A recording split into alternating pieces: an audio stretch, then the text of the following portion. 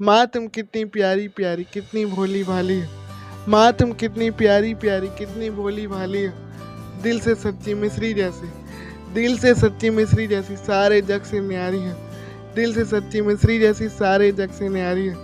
मुझ में सांस तुमसे आता, मुझ में सांस तुमसे आता, तुमसे ही प्रकाश। इसकी कविता है माँ, जो कि कक्षा दूसरी में शामिल की गई है, चयनित हुई है।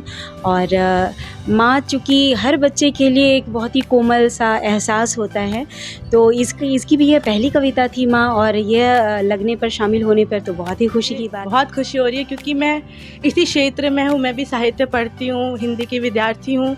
तो मुझे पता है कि जो अनुभव की कविता निकली है वो भी एनसीईआरटी में, वो कितनी खास है, किसी भी साहित्यकार के लिए कितनी विशेष है ये चीज़, ये उपलब्धि कितनी विशेष है। एनसीईआरटी की पुस्तकों में अब शहर के बाल साहित्यकार अनुभव राज की कविता पढ़ाई जाएगी। एनसीईआरटी की दूसरी कक्षा की हिंदी की पुस्तक सारंगी में यह कविता पूरे देश में पढ़ाई जाएगी। कविता की रचना करने वाले अनुभव सेरेब्रल पाल्सी से ग्रसित है। उनकी रचना चिड़ियों की स्कूल से यह कविता ली गई है। अनुभव साहित्यकार डॉक्टर आरती और माधवेंद्र प्रसाद के पुत्र हैं। इससे पहले उनकी रचना चिड़ियों का स्कूल के लिए उन्हें कई पुरस्कारों से नवाजा जा चुका है। अनुभव मारीपुर स्थित आजाद कॉलोनी के रहने वाले हैं। 18 वर्ष के अनुभव फिलहाल डीएलएड की पढ़ाई कर रहे हैं। इससे पहले उन्होंने मैट्रिक और इंटर भी पास किया है।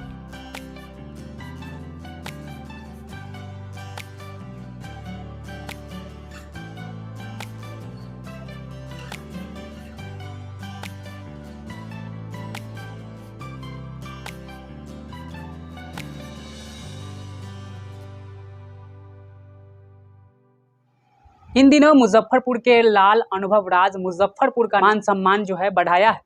मुजफ्फरपुर के रहने वाला अनुभव राज महज 20 वर्ष की उम्र में एक कविता लिख डाली, जो कि एनसीईआरटी बुक में अब बच्चे पढ़ेंगे।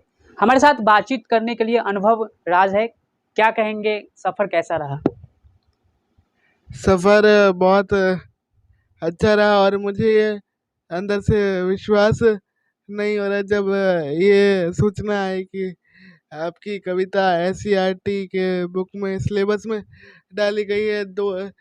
दूसरी कक्षा के बच्चों को पढ़ाई जाएगी, तो मेरे लिए बहुत गौरव का क्षण था और मैं अपने आप को बहुत भाग्यशाली समझता हूँ कि मेरी जो रचना है वो एनसीईआरटी के सिलेबस में डाली गई है।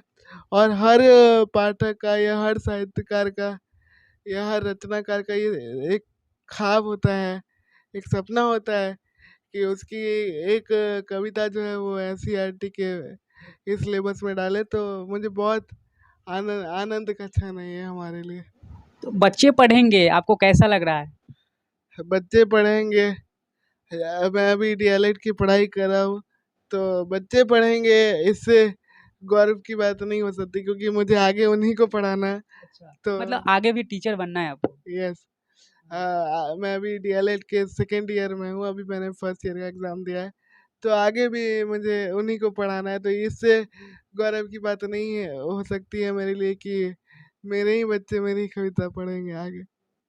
जो कविता एनसीईआरटी बुक में आया है, कौन सा कविता था? माँ तुम कितनी प्यारी प्यारी कितनी भोली भाली हो। 2 लाइन सुना सकते हैं क्या?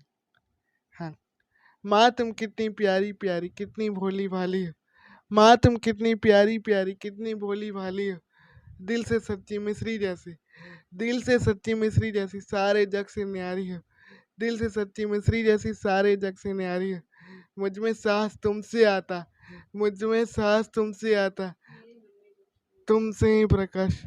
तो अनुभव क्या कहेंगे दिव्यांग लोगों के लिए, क्या प्रेरणा देंगे आप?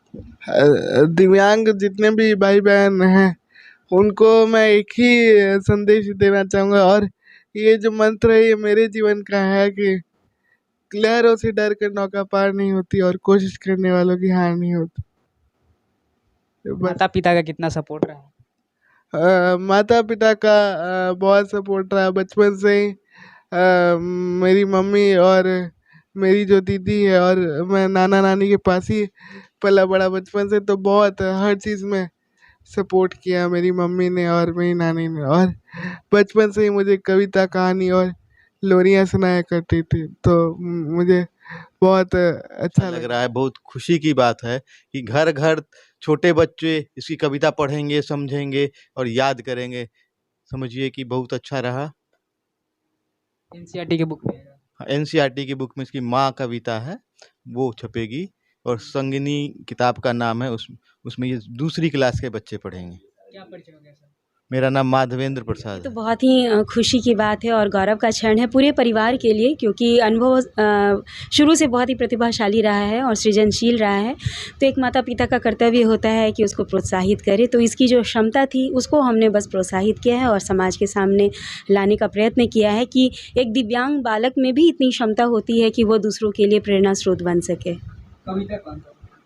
इसकी कविता है माँ, जो कि कक्षा दूसरी में शामिल की गई है, चयनित हुई है। और माँ चूँकि हर बच्चे के लिए एक बहुत ही कोमल सा एहसास होता है, तो इसकी भी यह पहली कविता थी माँ, और यह लगने पर, शामिल होने पर तो बहुत ही खुशी की बात है। और हर बच्चे जब ये पढ़ेंगे माँ को याद करके, तो उनको सच में बहुत ही आनंद की अनुभूति होगी। सबकी माँ ऐसी ही प्यारी होती है। अनुभव हमेशा से बहुत प्रतिभाशाली रहा है, उसे हर क्षेत्र की चीज़ें पसंद है, जैसे गाना है, पेंटिंग है। उसका सबसे जो पसंदीदा क्षेत्र है वो है यात्रा। इसे व्लॉग बनाना बहुत पसंद है और ट्रेन की यात्रा करना बहुत पसंद है। तो ये हमेशा से कला में से जुड़ा रहा है। मैं बचपन से संगीत और नृत्य करती थी, तो ये हमेशा मेरे साथ बैठा रहता था और सुनता रहता था और अभ्यास करता रहता था। कैसा लग रहा है आज भाई का कविता? मुझे बहुत खुशी हो रही है, क्योंकि मैं इसी क्षेत्र में हूँ। मैं भी साहित्य पढ़ती हूँ, हिंदी की विद्यार्थी हूँ। तो मुझे पता है कि जो अनुभव की कविता निकली है वो भी एनसीईआरटी में, वो कितनी ख़ास है, किसी भी साहित्यकार के लिए कितनी विशेष है ये चीज़, ये उपलब्धि कितनी विशेष है। तो मुझे बहुत खुशी हो रही है कि अनुभव की कविता एनसीईआरटी में निकली है। क्या नाम है आपका? मेरा नाम आस्था दीपाली है। तो आपने देखा कि किस तरह से जो है घरों में जो है काफ़ी खुशियों का माहौल है। देख रहे थे मुजफ्फरपुर नाउ।